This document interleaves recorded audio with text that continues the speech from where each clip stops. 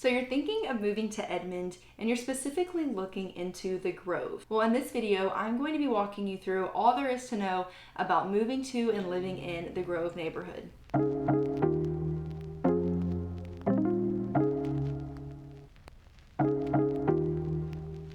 My name is Kinsley and I'm a local real estate agent in Edmond, Oklahoma and its surrounding areas. Whether you are looking to move in 10 days or 10 months, I would love to be able to help you make a smooth move to Edmond. I love being able to help people every single day, just like all of you, find your dream homes. Please feel free to reach out to me. You can give me a call, you can give me a text, you can send me an email, you can send me a DM through social media, you can schedule a Google Meet, and there's lots of ways that you can get into contact with me so that we can start working together to help you find your dream home.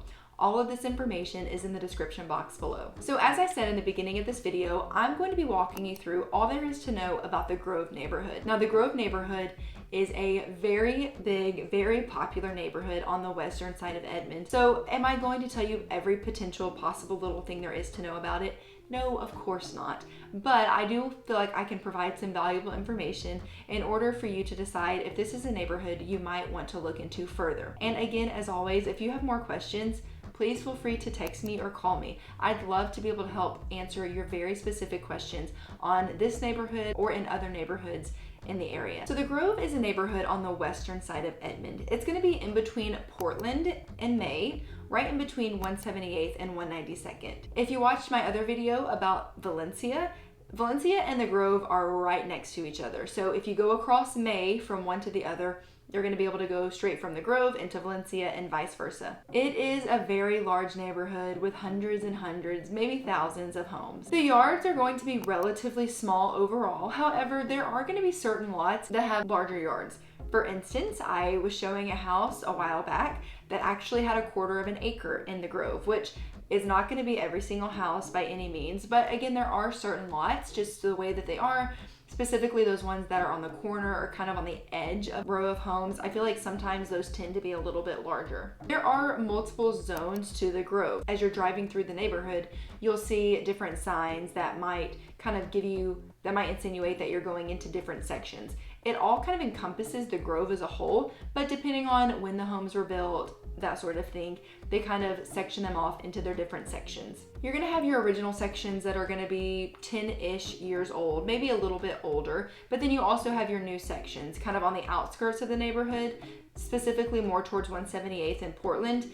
These are going to be new and still being built homes. And then you have homes in between. So homes that aren't necessarily brand new and homes that aren't 12 years old. You have those homes that were just kind of built from beginning to end, and they're anywhere, from 5, 6, 7 years old. You're gonna have homes really of all sorts of ages in the neighborhood. Because of that, you have a wide range of homes in this neighborhood. For what I've seen most commonly, you're not gonna have much below 1,400. There might be some, so if you find a home that's less than 1,400, then you can send it to me if you want. But I'm just saying, for the most part, I don't see a ton of homes that are less than 1,400 square feet.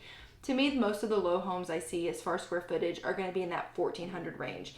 Now, these homes are still going to be kind of in the high 200s, but there are homes with larger square foot, over 2,000, and these homes are going to be roughly in the 400,000s. The Grove has a lot of amenities in regards to the HOA and all that it offers. There are multiple pools in the Grove neighborhood. There is a rec facility, 1 or 2 gyms in the neighborhood. You have soccer fields, gazebos, playgrounds, lakes and ponds, walking trails, specifically around those lakes and ponds. So definitely a place that has a lot to offer as far as the HOA and the amenity goes. For the school district, you are going to be zoned for Deer Creek schools. The entirety of the Grove neighborhood is in Deer Creek schools. And for the elementary, they actually have an on-site elementary school that is just off of 192nd or Danforth, and it is Grove Valley. So if you have a student in kindergarten through 3rd grade, you are very, very close to the on-site elementary school. One thing about the Grove that I think is worth noting is how close it is to so many things in the area. Within the neighborhood, there are multiple pools, multiple parks. So for the most part, you're probably going to be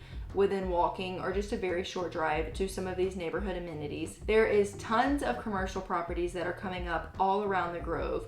So some that have recently come up would be Jack B Grocery, You have Starbucks, 7-Eleven, Taco Bell, Qdoba, sushi. There's a Great Clips. There's a whole new shopping center that's got Qdoba, sushi, Great Clips, AT&T, I think a tanning salon. So there's just a lot of new development that has already come, but coming up, I've heard that there's supposed to be an HTO, a Salad and Go, some more coffee shops, a Chick-fil-A, more medical center type buildings, a Ross.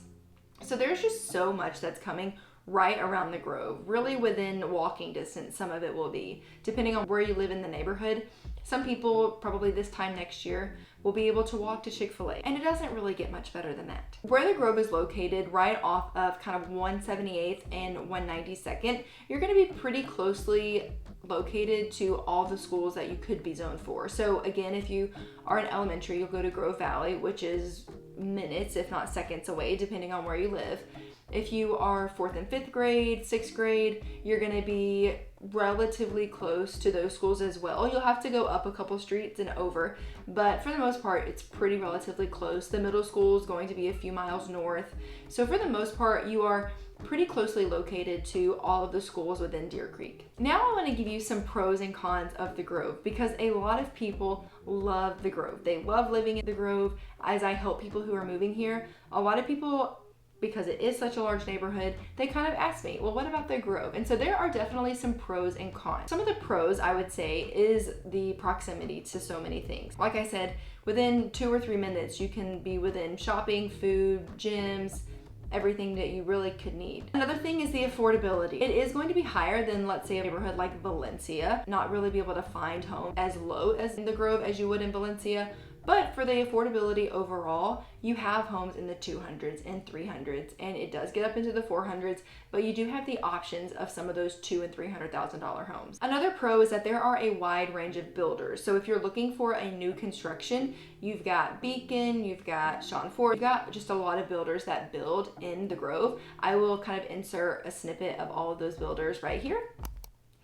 Even if you are buying a house that's somebody's already lived in it, chances are you're going to have a good variety of homes and builders from those homes that are being resold. Another pro is that the Grove is growing. So even as you're driving around, you can see that they're still building houses, they're still developing. The neighborhood itself is growing. I feel like people who are moving there, they're kind of looking for that community. They're looking for a place that they can walk in the neighborhood and meet friends, and they can go trick-or-treating, and they can do all of those things. So I definitely think the neighborhood itself is growing, the families are growing. It is just a very popular neighborhood. And then the last pro that I have are the amenities. For the HOA, you get a pool or pools, you get a gym, you get tons of walking trails, pretty ponds. I mean, there is just really a lot of amenities that come with living in the Grove. And I think that really is one of the big pros and what draws a lot of people to this neighborhood, because they don't necessarily want to have a pool on their own, but if they can go to the neighborhood pool, I think that really attracts a lot of buyers. Now, some of the cons of this neighborhood, because with every good thing, you know, there's got to be some bad things too, is that there are a lot of houses. So if you don't want to live in a neighborhood that is more highly populated, that doesn't have a ton of houses, this is one of those neighborhoods. So if you don't like that, you probably shouldn't look in the Grove. But again, a lot of people also like that because they want to be able to meet people as they move into the area. And con number 2, and I would say this is what would be one of the bigger cons for me, is that because there is so much new development, if you live in one of those houses that are kind of on the outskirts of the neighborhood, you could potentially have a lot of new commercial development and structures built right behind your house. Some of the new houses that are being built, you can already see where they're starting to move the dirt for some of those medical centers and shops and restaurants. So to me, just having those kind of right in your backyard, literally, would be a con of this neighborhood. Now, of course, that adds a pro in a sense because you're really close to them, but also you've got to kind of think what's going to be back there once they're all built up. So to me, that's one of the cons of not even the whole neighborhood, but just sections of the neighborhood. So if you're looking, maybe just kind of be aware of where the houses that you're looking at are located within the neighborhood. Well, that's it. That's kind of the main things that I have from the Grove. However, I do want to insert some footage because I was able to go in the neighborhood and kind of take videos just driving through the neighborhood. And I think it's just kind of helpful to see what the houses look like, roughly how close together are they, Can you distinguish one section from another? And so I just wanted to kind of insert some of that footage here just to be able to help you get an idea of what it's like driving through the neighborhood. The reality is that a lot of people have to move into town without ever being able to come and visit. So I love it when people are able to look at these videos and get a sense of the neighborhood, get a sense for what it feels like driving around, what it feels like, passing all of these homes. If you haven't already, go ahead and subscribe to my channel so that you're the first to know about everything that's going on in Edmond. And again, if you're thinking about moving, please do not hesitate to reach out to me, even if it's just a quick text or phone call, letting me know that you're watching, letting me know that you might be interested in moving. No pressure whatsoever, but I would love just to be able to start talking with you about what you're looking for, kind of the areas you might be interested in. Again, I hope this video was helpful and that it provided you with value, and I will catch you in my next video.